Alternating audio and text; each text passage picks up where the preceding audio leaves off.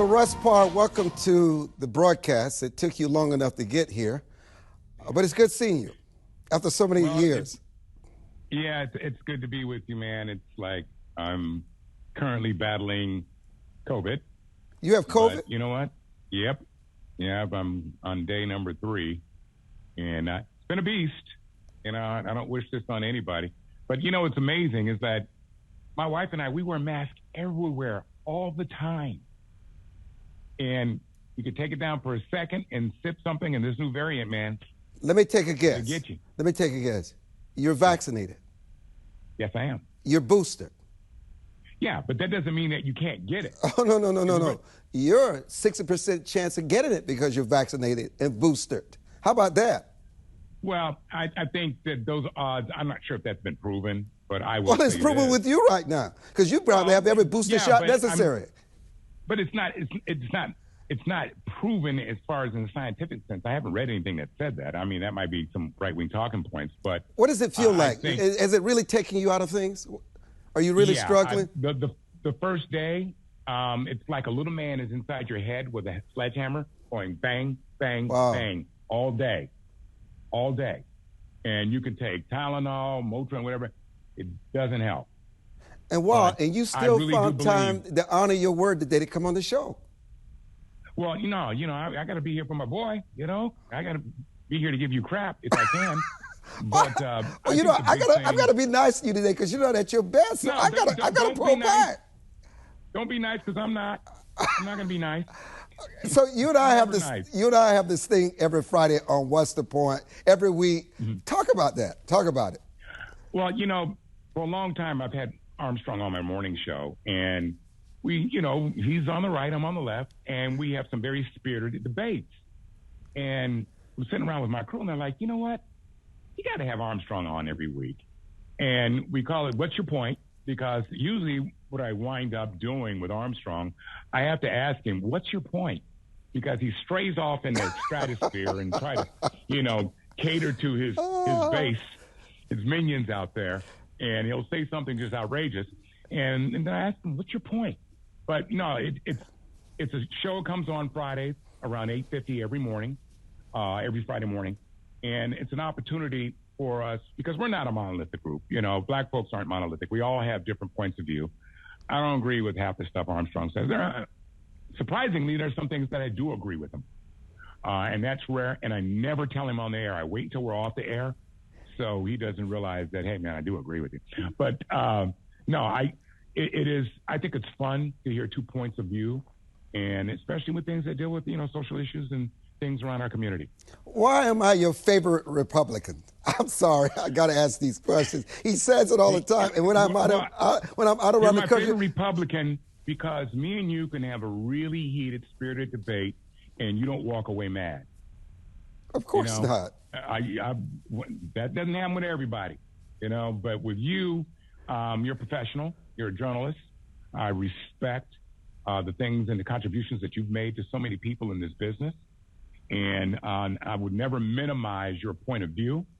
And you're my favorite Republican because you're clear. You don't care about whose feelings you're going to hurt with your opinion. And even sometimes if it goes against the grain of the people that share your ideology, you don't care. If it's right is right, wrong is wrong. That's why you're on the right side. Well, I appreciate that. I have a few notes here because we got to get serious here for a minute. Listen, I have mad respect for Russ Parr. He's in over 45 cities, one of the most popular talk show hosts on the planet. People love him. And how do I know? I don't care where I go. Even if people don't know my face, they hear my voice. They said, you're that guy on Russ Parr? I said, yes. So it's long overdue for Russ Parr and I to have this moment. In San Francisco, Russ, they're recommending giving $5 million to all its black residents because of reparations. Is this physically realistic to get people up in arms believing that they're going to get a pot, they're going to share $5 million? Come on. $5 million is a slap in the face. I'd rather not see any reparations if you're going to give $5 million. That's just a little Band-Aid. I think it's important that we acknowledge the issues that we've dealt with and hold people accountable. And whether that's going to be done with money or just come out and say, hey, we were wrong and we'll do better next time. Need something. You know, we've given reparations to other groups of people, but $5 million, that reminds me of the settlement the NFL did with the Players Union, you know, with CTE. It's just a slap in the face. That's nothing.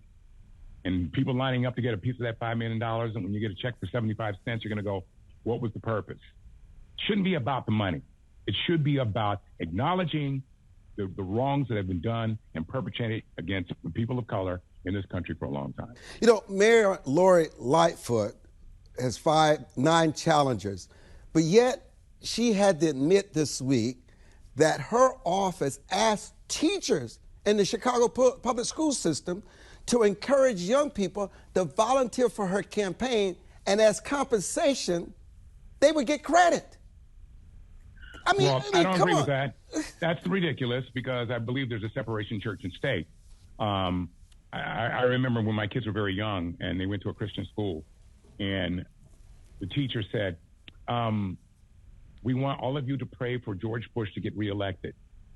I was at that school the next day because, listen, I don't mind if that's your beliefs, but don't push that on my kids at the school that I pay for them to go to.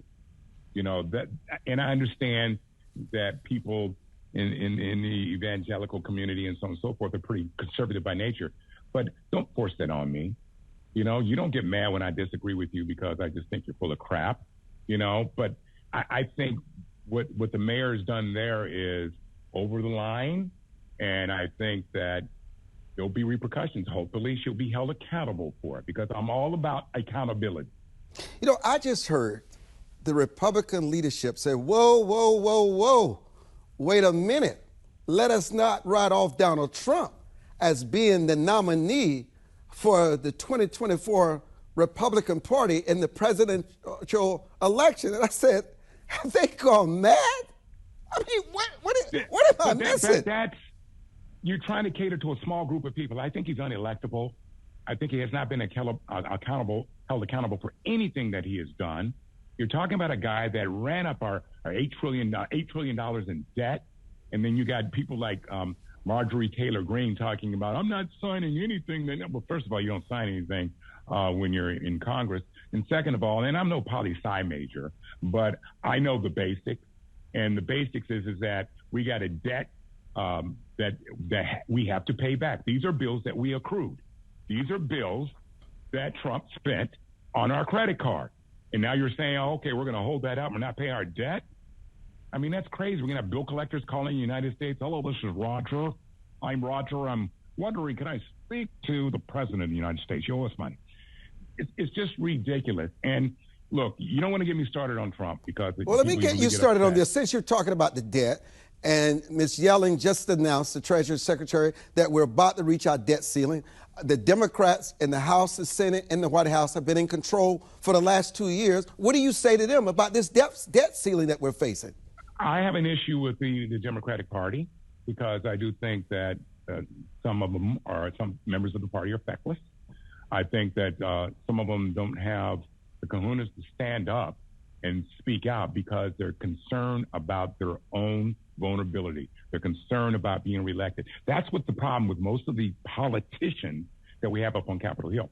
They're putting their electability ahead of the people that they're representing. You know, we got people voting against, you know, things that will serve their community because they're only thinking about, well, what is research saying? What is the latest poll? You know, we got people governing by polls. That is ridiculous. And it happens on both parties. I mean, we can sit up and, you know, you can say that Democrats bad, Republicans good, vice versa. But the problem that we have is that we got so many people that have idolized this president who, if you're a conservative, that stands for fiscal conservatism. That means you guys don't spend money. You figure ways to cut money, okay? This guy did $8 trillion in 4 years, and you guys said nothing. So you can sit up and say, okay, the inaction amongst the Democrats. What about the inactions of the true fiscal conservatives like yourself? Why didn't you guys speak out? I know you did. You've said it a couple of times on my show. But the people that are up there making a difference said nothing, zero, crickets, silence. But can't we accuse both parties of the same? Are they not just the same? They are, in a way. They just have different ideology, but how they go about it is the same process. You know, the mayor of New York City, Eric Adams, was on the border recently. And when he returned, he said to President Biden, man, this is not a Republican or Democratic issue. You got to do something about this issue. We're in a crisis. Listen, we've had a border issue for 40, 50 years. Every president over the last 40 years has done something or nothing. You know, I thought that, you know, building the wall was the stupidest idea that, and they're laughing at us. We'll just take a plane over. I mean, that was ridiculous, a colossal waste of money. But, you guys went for it. You voted for it. Oh, yeah, we got to do something. That ain't it. You have a bunch of people that this man has created, little monsters, Matt Gaetz and Margie Taylor Greens and Laura Boeberts, that all they do is cater to 20% of your party. And you think that's going to get you Russ, that's what the Democrats do. They can cater to 20% of that woke community and then leftist agenda. It's all the same. When you're talking about the Republican Party, you should look in the mirror. You see your party too. It's all the same. Listen, what do we do about it? I talk to Republicans and talking about, you know, the socialism and this and that. Yes, you guys are good at promoting, you know, buzzwords that causes fake outrage. Oh, it's not fake, baby. It's not fake. But anyhow, you know what? It's fake outrage. No, it's fake. Well, we can argue about that, but the point that I'm trying to make is you got people talking about, man, all this socialism out here, but don't touch my Social Security. What the hell is Social Security? There's social in that part of those two words. You know what? It's socialism. I am just pleased. And you want to cut it? Let me tell you what I'm pleased about. I am so touched that you are suffering from COVID. And I did not even say I wish you a speedy recovery. You're in my prayers. I should have said that because you're my boy, you know. And people need to know that we can disagree, but we don't have to be disagreeable. We can still love, respect, honor, hang out. We should never allow politics and politricks to divide us. Politricks. Well, we're over the last 6 years, it's just been a country of division. Even before that, because you have Republicans that will take a position, even Democrats that take a position. Thank you. On for one thing, and that goes hammer it and hammer it and hammer it, and it gets no results for the American people. And that's the issue that I have. The whole system is messed up. I think there should be term limits on everybody less than what they are right now. Should there be term limits? I think. Should there be term limits? For president, for senators, for everybody. Listen, man. And remind our viewers again. Every Friday, 8:50 a.m. Russ Parr and I, what's the point? My man's not feeling good today, but he came on the show to love and respect, baby. I appreciate that, Ara Parr. 45 cities across the country. Thank you so much for joining us, Russ. Thank you, man. And I hope you get better. We need you, brother. We need you. Man, I got to hydrate, man. Hydrate, baby. Do whatever you need to do. All right. We're going to hydrate and come back. Man. Don't go away. Much more on the Armstrong Williams Show.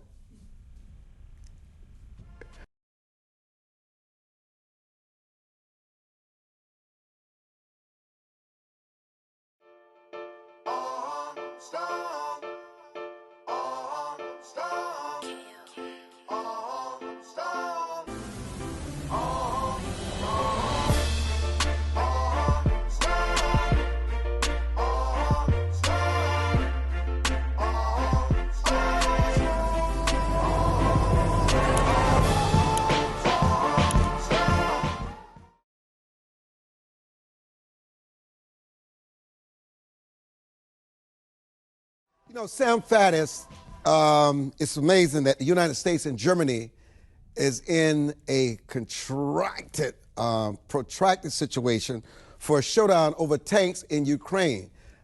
They want to make sure they're American tanks, and Germany has no intentions of sending their own. And Biden is retaliating. Yeah, well,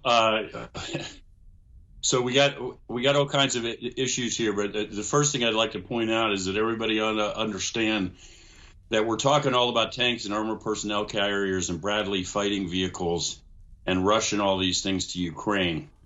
These are offensive weapon systems. So what this tells you is nobody's trying to wind down this conflict, and they're getting ready for a spring offensive by the Ukrainians against the Russians. That's what's happening in the backdrop.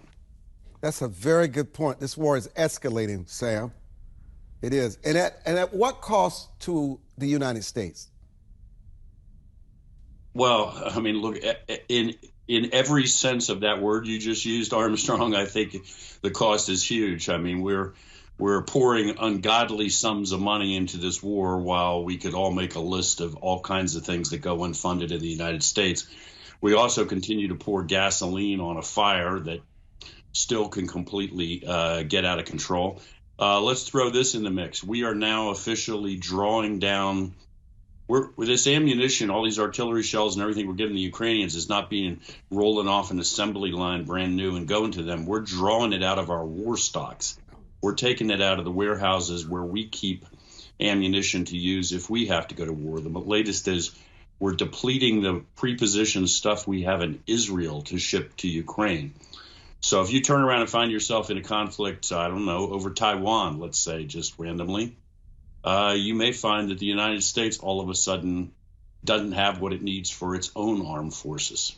Patrice Onwuka with the Independence Women Forum, I just heard you gasp.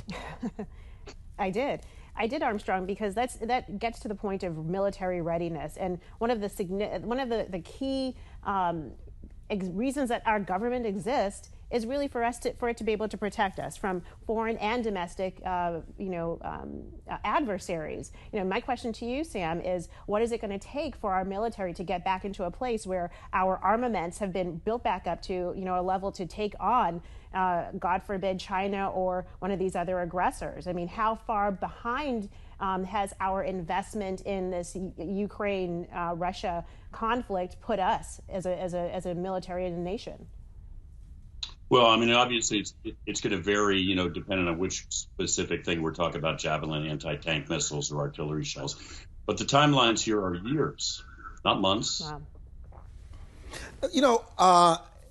This is the question I must ask. I don't want to offend anyone by asking it, but why do so many people, I read it in my commentary section, I hear it when I'm on the street, why do they feel that this President Joe Biden works for the Chinese, and some have said a Chinese spy, which I thought was ridiculous? Well, some of those people would include me, Armstrong. So that's. Wow, you think the president is a Chinese spy? Well, look, this is what I think. Right. I mean, in the interest of time, I'll rattle through this really quickly. What's the number one counterintelligence threat to the United States? Chinese intelligence. Not my opinion. That's the official position of the U.S. government. What is a major component of what they do? It's what's called elite capture. It is done on an industrial scale to deliberately recruit and control officials, politicians, whatever they consider to be the elite. It happens all over the world, and we're their number one target. Joe Biden, Hunter Biden, and Joe Biden's brother, up to their eyeballs in contacts with his Chinese Communist Party, right? Have taken tens of millions of dollars from them.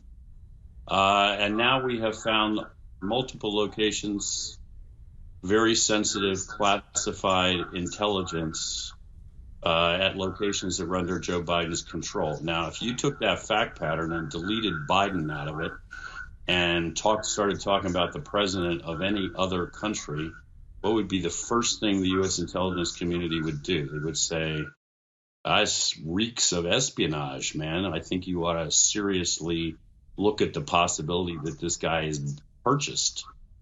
How big a deal is it that SCI top secret documents were taken out of controlled spaces? Yeah, it's huge. Look, SCI stands for Sensitive Compartmented Information. So it's a compartment, if you will, within top secret. So it's all top secret, and then it is further restricted beyond that. This is stuff from very sensitive clandestine human sources that are risking their lives, pertaining to our spy satellites, pertaining to electronic eavesdropping. These are kind of crown jewels kind of stuff. It never leaves controlled spaces. You read it inside a controlled space, goes back in a safe gets locked. Space gets locked behind a vault door, alarms get set, and an armed guard sitting downstairs in the building and then patrolling. You don't stuff it in your pocket. You don't forget it at home because it never goes home. It only lives in controlled spaces. So you can't just randomly forget this stuff. You got to deliberately break a whole bunch of rules. And actually just carrying it out of space, even without any other intent, is a felony. So everybody just kind of trying to minimize this and say, oh, it's just sloppy. That's not what this is. So do you believe the Penn Biden Center in Delaware is a Chinese front? Yeah, in effect. I mean, look at the Penn Biden Center. It was created after Joe left the vice presidency. All right, everybody watching this program could go look at the Penn Biden Center website, and they can find every presentation they ever gave and every paper they've ever published. And I defy you to find one that criticizes the Chinese Communist Party. I mean, if you look at what Xi Jinping and the CCP say and line it up next to the Penn Biden Center, you're reading the same talking points. And I'm not being snarky or facetious, and I'm not exaggerating. They don't criticize the Beijing. They do regularly criticize American policy with the standard refrain that any action against, for instance, Chinese intelligence is a mark of racism. For some crazy reason I can't figure out, it turns out most Chinese intelligence officers are Chinese. I don't know how that happened. But according to the Penn Biden Center, of course, therefore, if you target Chinese intelligence officers in the United States, you're a racist. I mean, that's Beijing's talking point. They've taken $75 million from the Chinese, and they basically don't account for who gave it to them and where it came from. Well, sadly, this is information I think a lot of voters would have liked to have known before, they elected President Biden. I want to go back to something, though, that you raised, Sam. You were talking about the handling of the documents that have been found, classified documents that have been found in President Biden's private office, private home space. I mean, we've been told this week that, the FBI actually told his lawyers, oh, you guys can continue to go through this information. We don't need to come in and sift through it. How does that make sense to you? I mean, if this is classified information that not everyone should have, but should be restricted to only people who have the security clearances to see it, and I'm guessing this might be very high-level information, why is the FBI trusting President Biden's lawyers to handle it? And I think the deeper point that she's making is there any conceivable legitimate reason the FBI would tell Biden's lawyers to handle a hunt for classified documents? Well, the key word in that statement, and a key factor, I think, in the earlier question is there any legitimate reason, right? The answer is no. I mean, what's my characterization? Insane. Every time I feel like I've heard the craziest thing on earth that I could ever hear, we hear something crazier. You got lawyers who come to you and say, hey, my client turns out to be in possession of incredibly sensitive classified information. We think there may be a bunch more. We're going to go digging around for it. We kind of feel like the number one counterintelligence agency in the country ought to be involved and ought to care. And what does the FBI say? Yeah, I don't know. I don't have time, buddy. I got to go grab a sandwich. Keep me posted. First of all, the lawyers are not allowed to touch the information, right? Because they do not have clearance. So what are you telling them? Go look at information you shouldn't see? Also, keep in mind here, why are Biden's lawyers handling this? For one reason, because at any point they can retreat behind attorney-client privilege and stop talking. So they can go back and find a treasure trove of documents. And then when you ask them for an update, they can just say, got nothing to say to you, buddy, and you can't make me talk. I mean, it is madness. Well, and I got to just say, Armstrong and Sam, I mean, part of the story here is that I think conservatives say, the way this is being handled, it's at this point now we're starting to see other news outlets begin to recognize there is a real concern here, both a national security concern as well as how this administration has, kind of quieting this down, pretending as though this is not a very big deal, and they're claiming that they're handling this very different than President Trump has handled this. My question is whether, our past presidents? Do we need to start thinking through all of the materials they may be potentially sitting on? Is anyone actually thinking about the process overall? And is the way classified information being treated generally? Is it being mistreated, whether it's during the shuffle between administrations or just generally? I mean, Sam, you talked about there being a process in place. Is the process significant enough, or is it just that somebody fell down on the job when it came to all these documents that either presidents have apparently had in their possession after they've left office? Let's answer that question. It's a loaded one. There's a lot there. She packed it in. On the other side of the break, I'm Armstrong Williams. We'll be back.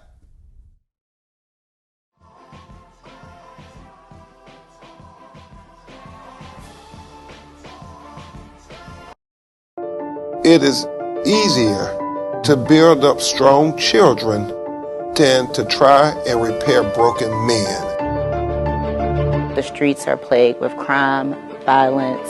There's a lot of poverty, and it's all a result of lack of education that's happening in our schools. So it really is a crisis.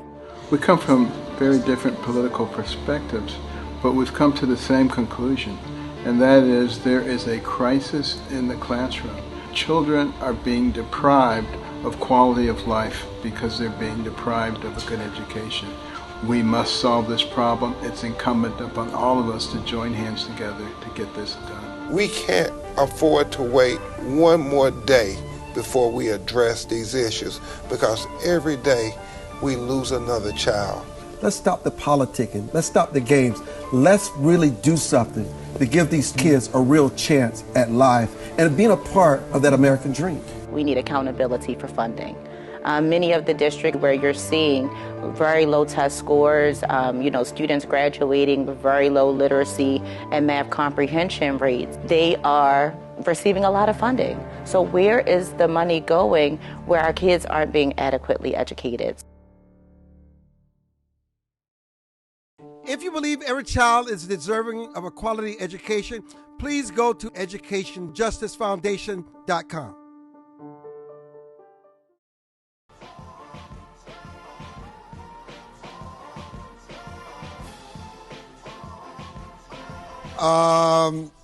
Sam, the ball's in your court to answer Patrice's question. Well, it is unclear to me what actually was and was not found at Trump's residence, but let me be clear. I don't care whether you're a Democrat or a Republican. These are very serious issues. And to directly answer your question, yeah, obviously something has gone completely off the rails. I mean, I touched SCI top secret documents every day at headquarters or in field stations with the agency abroad. I didn't ever stuff one into my jacket pocket and go home and just forget it on my nightstand, right?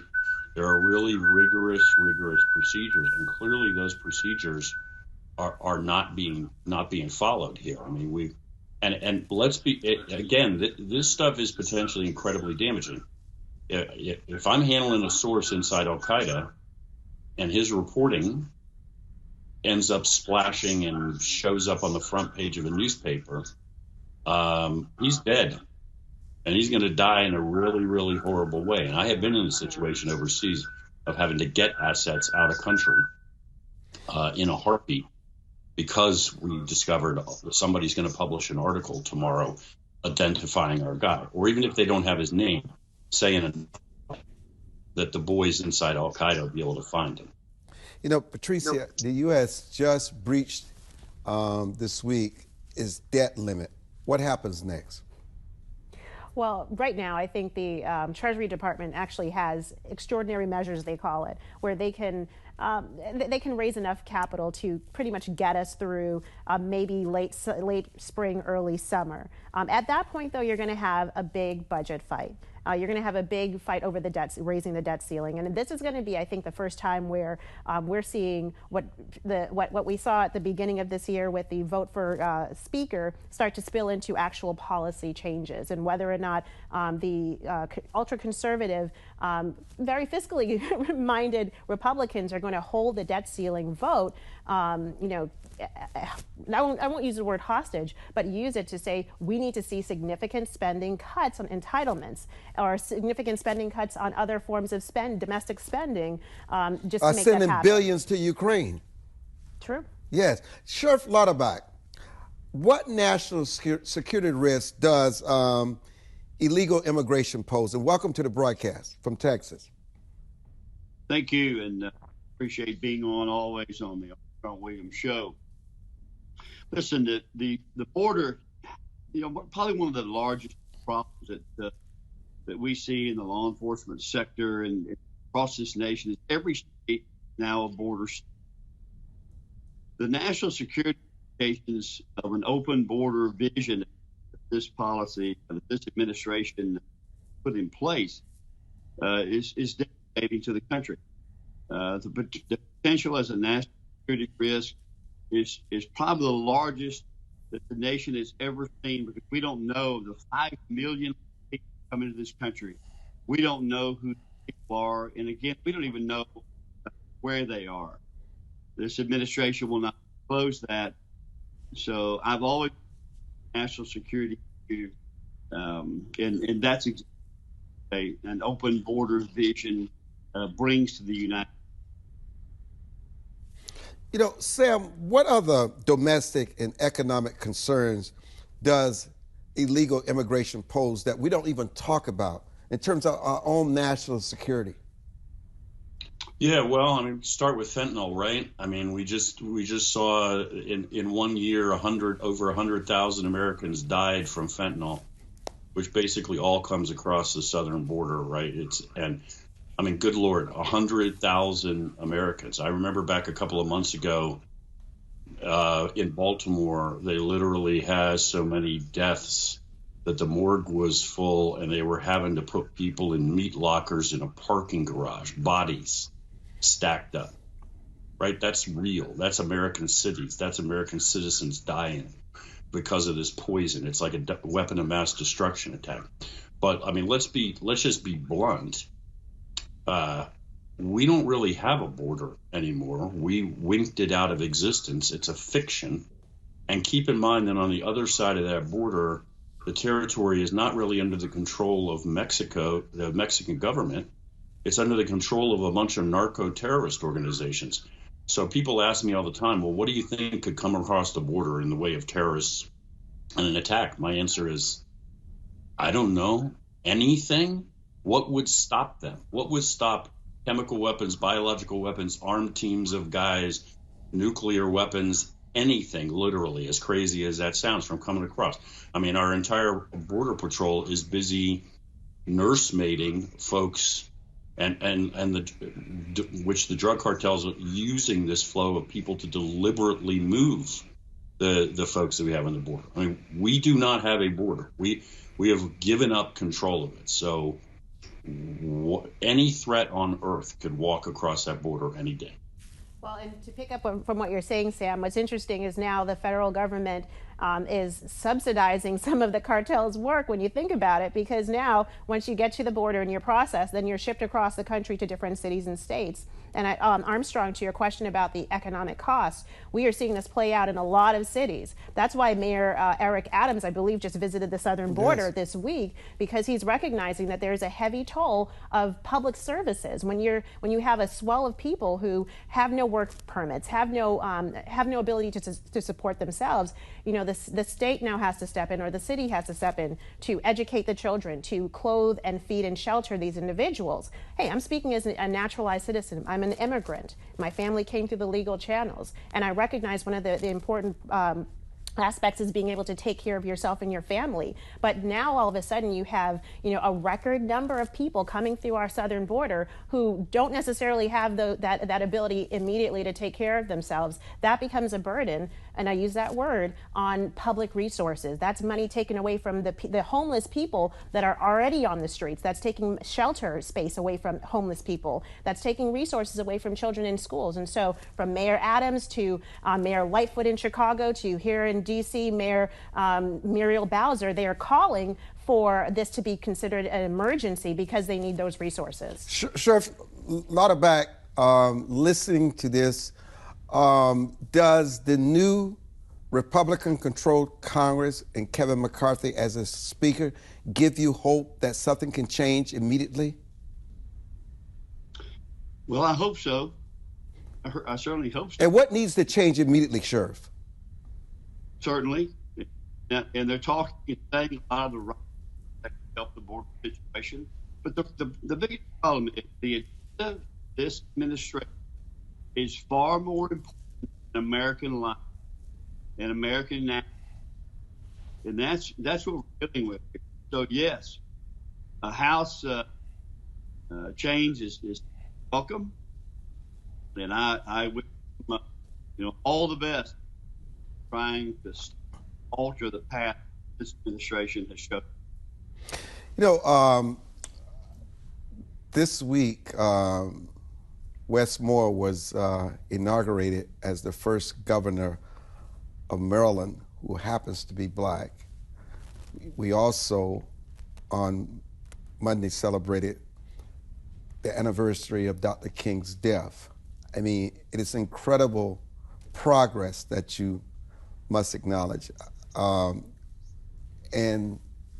it's just, no matter what side of the aisle you're on, America is always the place in the world that show great progress for everyone, no matter what their circumstances of how they got here. But there's no other place in the world where an American black can become prime minister or president of the country. Only in America. Oh, Barack Obama could have only happened here in the United States.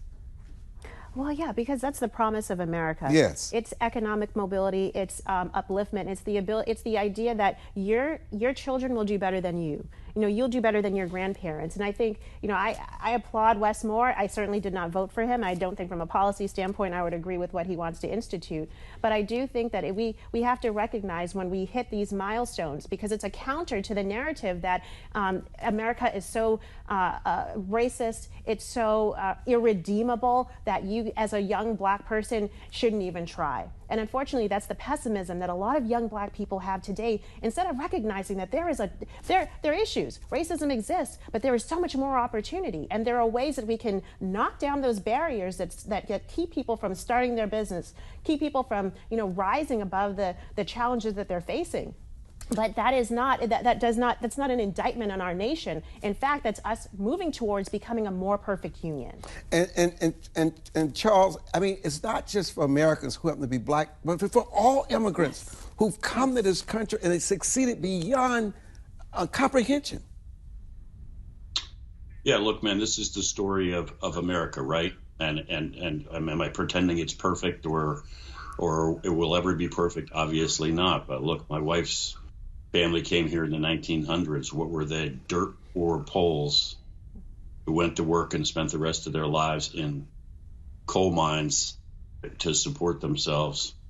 And, a generation later, they are Air Force colonels and CIA officers and prominent business people and everything else. And that's what America has always been. Again, imperfect, always in search of refinement, but it is real, and we ought to celebrate that. Sam Faddis, Sheriff Louderback, Patrice Lee Onwuka, it's always a pleasure. When we come back, my commentary for the day, and we're going to talk about education. I'm Armstrong Williams, and we'll be back.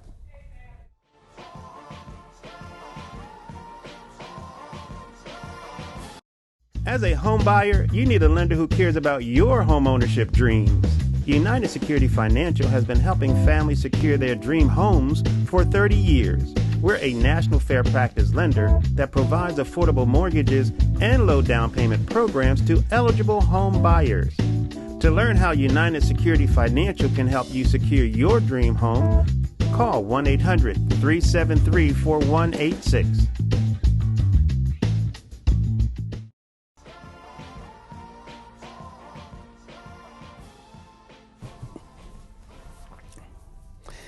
It is very rare that any person would ever bear witness to a moment that fundamentally alters the course of human history. with OpenAI's 2022's release of DALL-E and ChatGPT, two applications that use artificial intelligence to create human-like works of art and writing, we have borne witness to precisely this. Artists and writers are used and understandably up in arms. They admonish the inauthenticity of all generated content using pretextual arguments relating to copyright, infringement, and the like to preserve their bottom lines. Of course, if you've made a career in the field of art or writing, AI poses a direct threat to you. In fact, it can completely replace you. I've had bad news for those who are fearful of AI replacing them. Adapt, die, or change. Technology replacing humans is inevitable. It will be until the end of time. But there's a saving grace, everybody. You. Raw human authenticity is something that cannot be replicated by an AI, even if it could replicate the words on the page or the art on the canvas. Why? Because it can never be human. Remember, every work of art and writing is always more than what appears on the page. If you ever think that AI will replace humans, ask yourself this question. Would Van Gogh's famous bandaged ear self-portrait carry the same emotional and artistic weight if it were generated exactly down to this paint stroke by an AI? Think about it. I'm Armstrong Williams. Your thoughts? My thoughts? Yes. Well, first of all, I love Van Gogh. He's one of my favorite artists, and his compassion and heart for the underserved really just, you could see it through all of his artwork. So, what about in terms of education and AI and what this could present for the future? Well, I don't know. I think we have big issues of today that we have to get through before we get to tackling those. And what are some of those issues that we need to get through today? Illiteracy. It is the largest, most solvable disability in America, and yet we're not giving it the attention it needs. In our schools, more than 50% of the kids attending schools across our nation are not reading near grade level, and it needs to be the most important thing we address today. And I have a map here, the International Assessment National Assessment of Educational Progress. All of the orange states, that's 47 of them. Their non-proficiency for 8th grade reading is between 60 and 77%. There isn't one state that can claim better than a 49% proficiency. I mean, this is a national crisis, and we know there's a solution, and I would love to talk about that today. Talk about the solution. The solution is, it's three-part. Kids, so most of our work is done in K-12. Children in K-12, they need an assessment, an individual diagnostic assessment if they're non-proficient in reading. They need a curriculum, if they're more than a grade level behind, that supports its structured literacy intervention, its phonics and decoding. And they also need, the intensity that that's delivered is an hour a day, it's one-on-one, and it is 5 days a week. And in that structure, we create readers in an average of 6 weeks. So think about that. Kids are already showing up to school. They're counting on all of us to get it right. And today, we serve Detroit Public Schools is one of the locations in Michigan that we serve. 93% of those kids are not reading proficiently. And we can get them reading on average in 6 weeks. This needs to be rolled out across America. And really, rolling it out is just conveying how to do it. Corey, your thoughts on the illiteracy that continues to spread like wildfire across this nation? Yeah, I mean, I think that it's really tragic, but it's not really surprising when you take into account that a lot of activist school teachers, a lot of activist school unions have gone away from the methods that we know are tried and true that actually work, right? So like we have a lot of teachers unions that have pushed forth this whole quote unquote whole word method instead of pushing forward phonics. And we know that phonics works, and it's definitely tried and true. And it's so important to learn how to read. Obviously it's important, but especially for kids that are poor, kids that don't have resources, they need those basic building blocks so they can make a life for themselves in a country that's, as we talked about before, it's just rapidly moving forward with artificial intelligence. And so many jobs are going to be replaced. And if you don't have basic building blocks like the ability to read, I don't see what future you really have in this country. So yeah, I mean, it's horrible, but I think that a lot of it comes to the fact that we've put forth ideology before what's best for children. And that's something that I think is very tragic. What about the ideology before the kids? I absolutely agree with you. You know, he mentions the whole language approach. It was embraced in the 70s, and there's a lot of conversation right now about the science of reading. It is phonics, it's multisensory. You know, we have kids that not only in vulnerable communities can't read. If you are autistic, you who have ADHD, English language learner, you know, those students can't read also. They're more than a grade level behind. And so I agree with him. It is absolutely the curriculum. We need to go to more of the science of reading, as some people refer to it. But it is also the intensity. And what I see is that the education model in our nation is embracing the curriculum change. They're really just addressing it in K-3, however. But they're not increasing the intensity that we know after our over decade of work getting kids reading is necessary. And it is definitely one-on-one tutoring. And so as we get a nation that's starting to look at this because of learning loss, we need to now make sure that they're rolling out something that's going to work and not just something that's closer or pretending to work. And so, you know, we're here this week in Washington to talk to Congress about a solution. We want them to start drawing more attention to the urgency of this issue. And I'm thrilled that our state of Michigan has a solution that we can share with other states so that we can start doing right by our children, even this school year. You know, here's what's fascinating. I mean, when you think about illiteracy, you know, there's no way we could have left our home without being able to speak and to communicate and to conjugate. And it's just no way. I mean, so Corey, is the onus on the parent? Because if a kid is not being able to speak proper grammar and compose sentences before they leave to go to the classroom, by the time they get to the classroom, it's going to get progressively worse for them. So is it the parent? Is it the classroom? What is it? Yeah, I mean, I think there's a lot of blame to go around. But if you're going to ask me, I think that parents have to take more responsibility for their own children's outcomes. And that means that you have to be willing to, you know, read to your children. I mean, there's a lot of studies that show that for kids that are higher income, their parents actually read to them far more. They'll sit down with them at night when they go to bed and they'll read bedtime stories, right? They'll also talk to their children more and not talk to them in this very like baby language like dada, mama, goo goo gaga.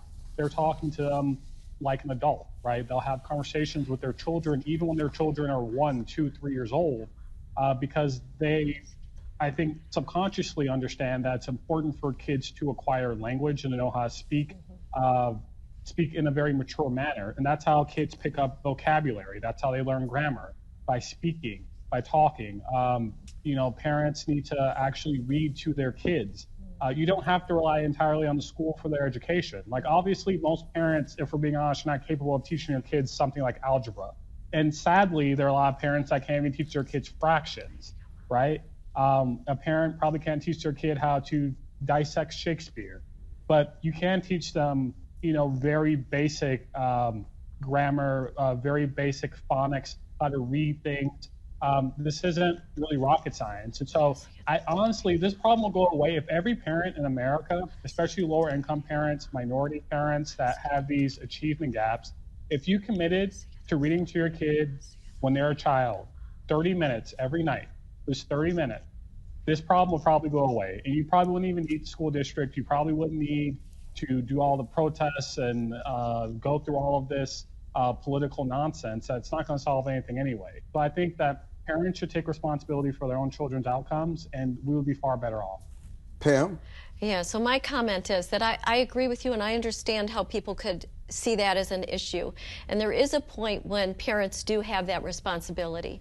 But we as an educational system in this nation have failed to do this important work for probably 4 decades. So imagine, we've probably had 3 or 4 generations of kids go to school. We are currently graduating them illiterate. They can't get a job. 47% of adult illiteracy today in Detroit. Yeah. Those parents are sending their kids to school, trusting all of us, and those kids are leaving. It creates that generational cycle. So I think, I think when you're blaming, you're not solving. And I know we look for the problem and we say, well, where is the problem? And it ends up being blaming. But there is a solution right now. But you cannot separate blame from the problem. It's impossible. You can't separate it. But I think that sometimes what I find is that people will blame the parents and use it as an excuse to get involved and fix it. It's not blaming the parents, it's making the parents more accountable and responsible for their household. But in inner city communities like Detroit and Baltimore and New York and Cleveland and all of these places, Flint, Lansing, you could go on and on. We have failed them by not getting their children reading when they go to school. And we continue to keep them in school even though they can't read. We set up that child to fall harder. I mean, it just happens. Do you think that many of these kids and parents realize their kids are illiterate? I think that in the community, they don't realize that they can't read.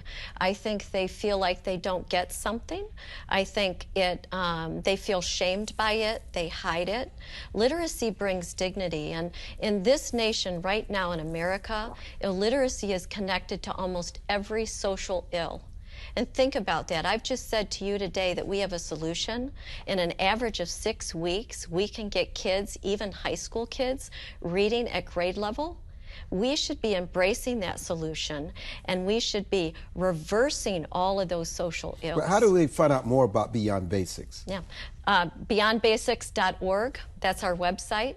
And we have a lot of information out there now. We just have a new longitudinal study since 2008 that tracks 3,500 students and shows their progress and shows what we can accomplish, in a short period of time. So we have a solution right now, and we just need to get kids reading. They're already showing up, and that's what we want to be part of. Well, look, Beyond Basics is very important, and I'm so happy that Pam Good joined us today. She's the co-founder of this organization. It's always good seeing Corey Walker. We want to thank all of our guests today, Patricia, Sam Faddis, and my man, Russ Parr, everyone who joined the conversation today. And listen, illiteracy, you're right, it leads to everything. If you're illiterate, it gives you confidence, self-esteem. Yes. If you're not, I mean, it's tragic. You're fragile. You're weak. Yes. And you just cannot avoid it, that it comes full circle when it's really necessary for you to have the ability to communicate. Thank you for joining us here on WGLA 24/7, our great team here, Howard Stirk Hollins, I'm Armstrong Williams. Enjoy the Cowboys' victory this weekend and everybody else who's playing football. Yes, I said it. They're going to beat those 49ers.